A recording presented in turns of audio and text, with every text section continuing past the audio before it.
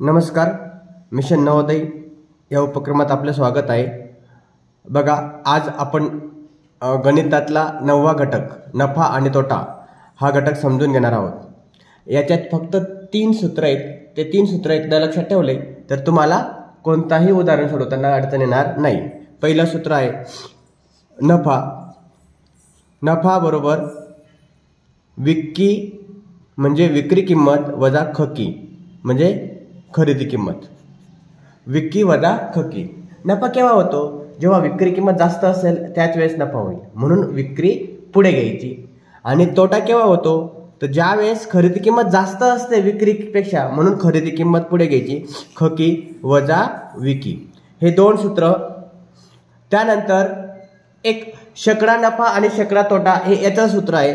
शेकडा नफा ऑब्लिक तोटा बरोबर नफा ऑब्लिक तोटा भागिले खरेदी किंमत म्हणजे खकी गुणिले 100 गुणिले 100। या सूत्राप्रमाणे आपल्याला शेकडा नफा शेकडा तोटा काढता येणार आहे। शेकडा नफा केव्हा निघेल? ज्यावेळेस नफा तुमचा होईल त्याच वेळेस शेकडा नफा निघेल, आणि जेव्हा तोटा होतो तेव्हा शेकडा तोटा काढता येईल। म्हणजे नफाच्या ठिकाणी नफा, तोटा इथं नफा आणि तोटा, म्हणजे त्या पद्धतीला त्या टर्म वापरायचे आहेत। ठीक आहे। आता आपण हे एवढेच सूत्र आहेत, याच्या व्यतिरिक्त दुसरं काहीही लक्षात ठेवायची गरज नाही। हे तुम्हाला एकदा समजले। आता एक अजून तुम्हाला एक याच्यातला महत्त्वाचा मुद्दा सांगतो, खरेदी किंमत। आता खरेदी किंमत म्हणजे काय? जी मूळ किंमत असते ती आणि त्याच्यासोबत त्याला आणण्याचा खर्च, वाहतूक खर्च, जकात, भाडं किंवा दुरुस्तीचा खर्च हे सगळं त्याच्यामध्ये इन्क्लूड करावं लागतं। म्हणजे एखादी वस्तू, मी उदाहरणार्थ मी एक सायकल आणली, त्या सायकलवर दुरुस्तीचा खर्च केला, म्हणजे खरेदी किंमत काय? मूळ सायकलीची किंमत आणि केलेला खर्च एकत्र धरून ती खरेदी किंमत होते। ओके, समजलं असेल तुम्हाला ह्या दोन्ही सूत्र आणि त्यातलं शेकडा नफा आणि शेकडा तोटाचं सूत्र समजलं असेल तर आता आपण डायरेक्ट उदाहरणं सोडवताना ह्याच सूत्रांचा वापर होणार आहे, तेव्हा आपण पुन्हा रिव्हिजन करू। आता आपण डायरेक्ट बघा, स्वाध्यायातला पहिला प्रश्न, एका फेरीवाल्याने डझनाला 144 या दराने सफरचंद खरेदी केली। काय विकत घेतले? सफरचंद। डझन म्हणजेच 12 वस्तू। हे बघा, एक डझन म्हणजे 12। तुम्ही केळी घेताना डझन ने केळी घेतात। 12 सफरचंद 144 ला, 12 सफरचंद 144 ला। ठीक आहे। आणि पुढे काय विचारलंय? ही काय? मग ही झाली खकी। काय झाली? खकी, खरेदी किंमत।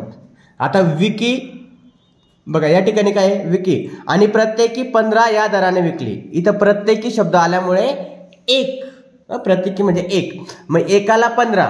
मग जर समजा 12 सफरचंद घेतले होते, बरोबर आहे की नाही, तर एक सफरचंद 15 ला, तर 12 सफरचंद किती? 12 सफरचंद 15 भागिले 12 म्हणजेच ते झाले 12 पंचे 60, 6 12 1 12 आणि 180 रुपये।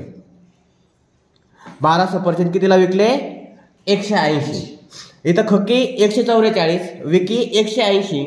मग इथं नफा, आता त्याने काय विचारलंय तर नफा किती झाला? मग नफाचं सूत्र तुम्हाला माहिती आहे, मी तुम्हाला सांगितलं, नफा बरोबर विक्री, डायरेक्ट विक्री म्हणजे विक्री 180 आहे, खकी 144 आहे, यांची वजाबाकी केली तर ती येते 36। ती आली 36। पर्याय क्रमांक आहे डी। आता प्रश्न दुसरा बघा, 20 घड्याळे 10,200 रुपयांना विकल्यामुळे, बघा 20 घड्याळे 10,200 ला विकली, म्हणजे ही काय? विकी। काय? विकी म्हणजे विक्री किंमत, लक्षात ठेवा। खकी म्हणजे खरेदी किंमत। हे मी इथं या पद्धतीने मांडलं। 4 घड्याळाच्या खरेदी इतका नफा झाला। 4 घड्याळाच्या खरेदी इतका नफा झाला, तर प्रत्येक घड्याळाची खरेदी किंमत किती? आता इथं विचारलंय प्रत्येक घड्याळ। काय विचारलंय? प्रत्येक घड्याळ। मग प्रत्येक घड्याळ आपण x मानली, एका घड्याळाची किंमत काय आहे? x। तर 20 घड्याळ आहेत की नाही, मग 20 घड्याळाची खरेदी किंमत किती आली? 20x। किती आली? 20x।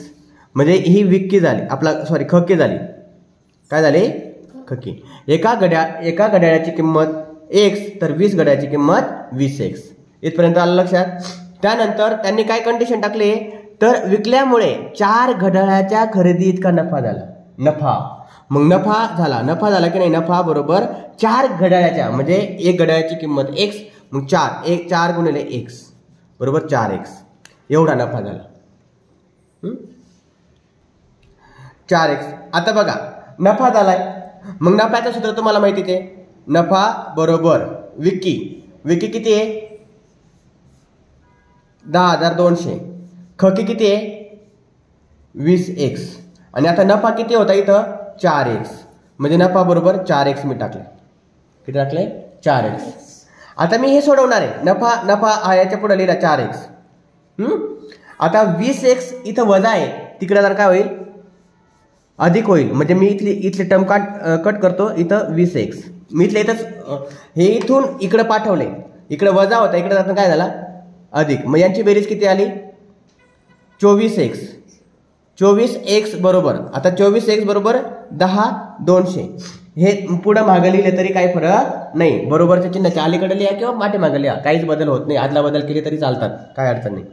आता मला x ची किंमत काढायची, काय करायचंय x ची किंमत बघा. मग आता हा 24 इथं भागिले, हा इकडे जाताना काय आपला सॉरी भागिले नाही गुणिले, इथं गुणिले इकडे काय होईल भागिले, म्हणजे हा 24 इथून इकडे झाला भागिले झाला. मग आता यांचा भागाकार केला,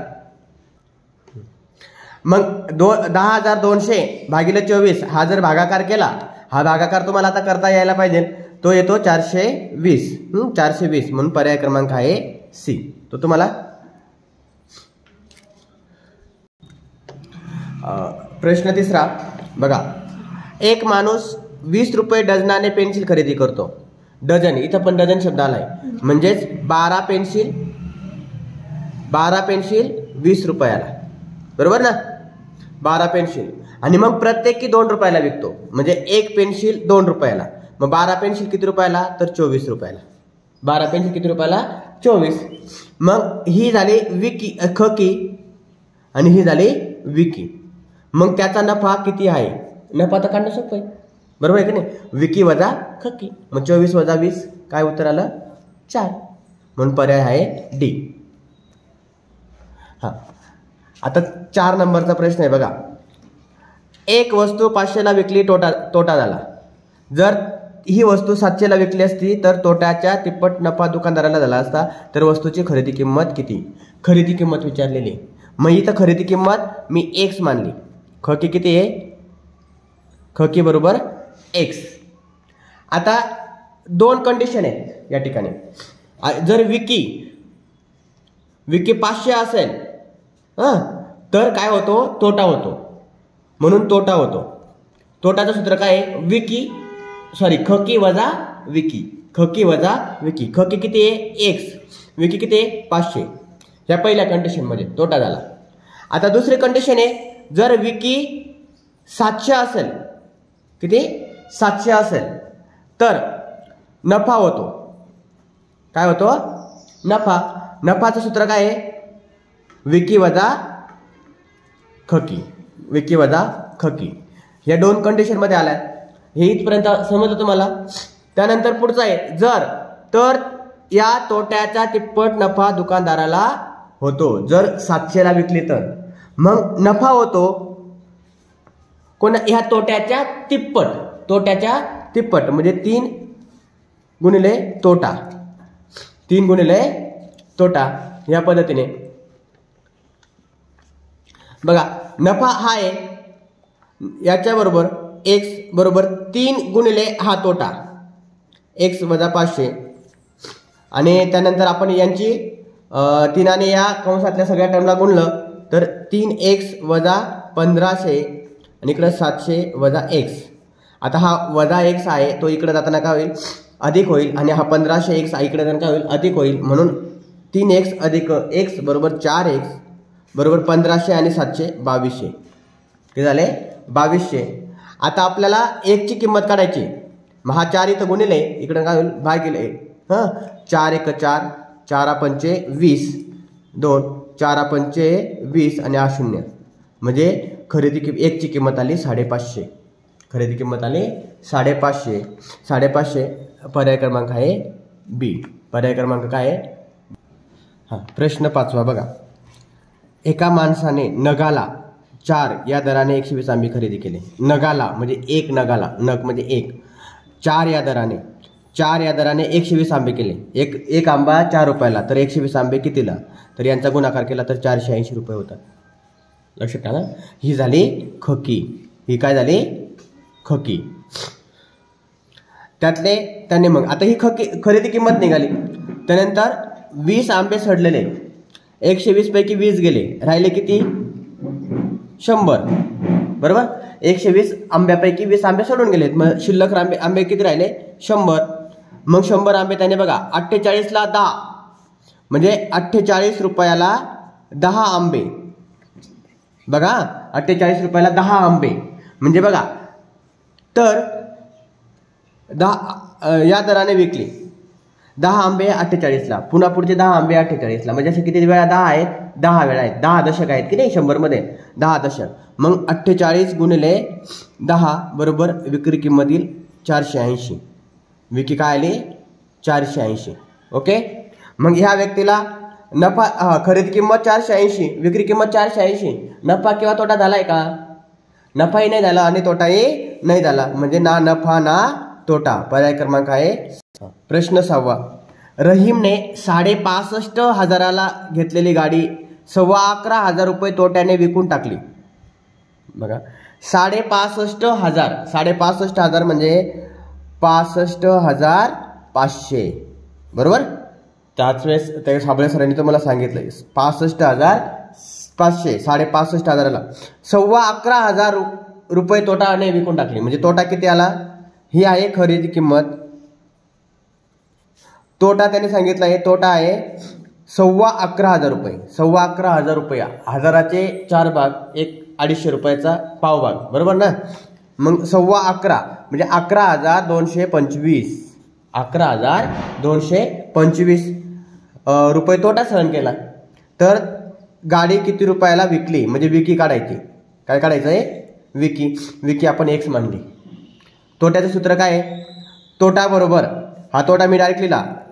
तोटा बरोबर खकी म्हणजे 65,500 वजा एक्स. 65,500 वजा 1. बघा आता हा वजा एक्स आहे. बरोबर. हा वजा एक्स इकडे पाठवून देऊ, म्हणजे काय येईल?